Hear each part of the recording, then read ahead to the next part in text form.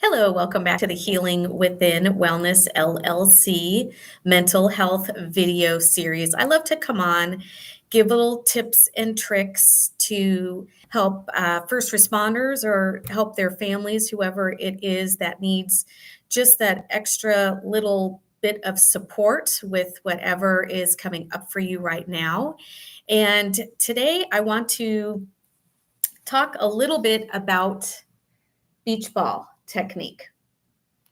I was in a course years ago, and I love to find ways, of course, to get some insight, but are playful. Maybe they aren't kind of as direct as, talk therapy or something else. So, this beach ball technique is say, we're in a park, we're playing with friends, or if we're in a swimming pool and, everybody's playing with the beach ball. Well, guess what? The beach ball comes to us, and what is the first thing we do?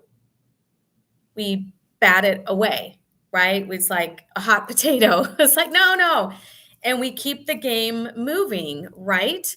Well, same thing, beach ball in the swimming pool.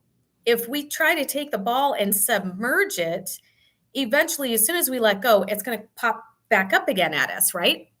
Well, that is kind of our emotions. Those are our feelings. Those are things that maybe when we least expect it, guess what? It comes right at us.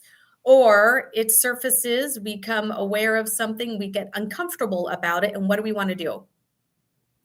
Shove it down. We don't want to entertain it. We don't want it around us. But what if we just held the beach ball? What if we see the beach ball? What if we see that something that keeps coming up for us? Why don't we start seeing it as a blessing?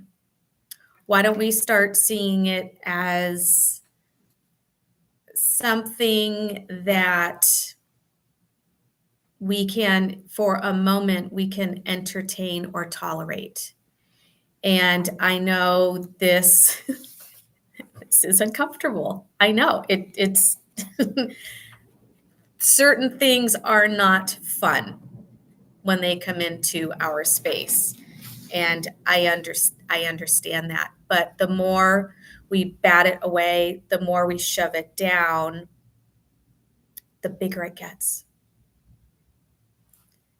And so I love to find ways that we can create that safe space, that we can invite something to come in or show up and just be curious. That what if, you journaled that feeling out, you journaled that emotion out, you journaled that situation out. Try and see a couple different perspectives of something instead of, I know the first thing we want to do is go into protect mode. I totally get that, and I catch myself doing that as well. But when we say, okay, I can stay there for 30 seconds. See if you can do 30 seconds and if you can maybe just breathe through that. Or journal and say, why does this keep coming up right now? Or what do I need to know? Or what do I need to learn from this experience, this person, this emotion? Because all it wants to do is to be seen, and then to process out. And so the first part is allowing you to sit with the beach ball. And for me, all I did is I just printed a beach ball off the computer. In my groups, I actually hand out little beach balls. Everybody holds their own beach ball. So however you want to work with this is, be as creative as you want to be. But maybe set a timer and just sit in that space and just one thing at a time. If, A, B, and C all shows up, more than one thing, then just say, okay, I'm aware of these, but I am only going to sit with one at a time. And maybe just think to yourself, what is the highest priority right now? What is the feeling? What is the emotion? What is that event? And I will just let it show up. And again, you can cry, you can draw, you can breathe, you can listen to music, whatever that self-care technique is for you. And each time that you do it, it gets a little smaller and it gets a little smaller. And again, these take practice. It's not something, people are comfortable doing the first time they do it, or they're not comfortable doing it the 20th time. But when we give it a designated space and we kind of give it a designated kind of container or boundaries to show up for us, that's when we start taking back a little more control in our lives. It doesn't feel like it owns us. It doesn't feel like it's so big. So I've had great success with this beach ball technique. And again, it's being a little uncomfortable, but then becoming a master at that. And actually, when something comes up, you're going to like head on right into it. You're going to go, yep, let's go. Let's get past this. Instead of being fearful, instead of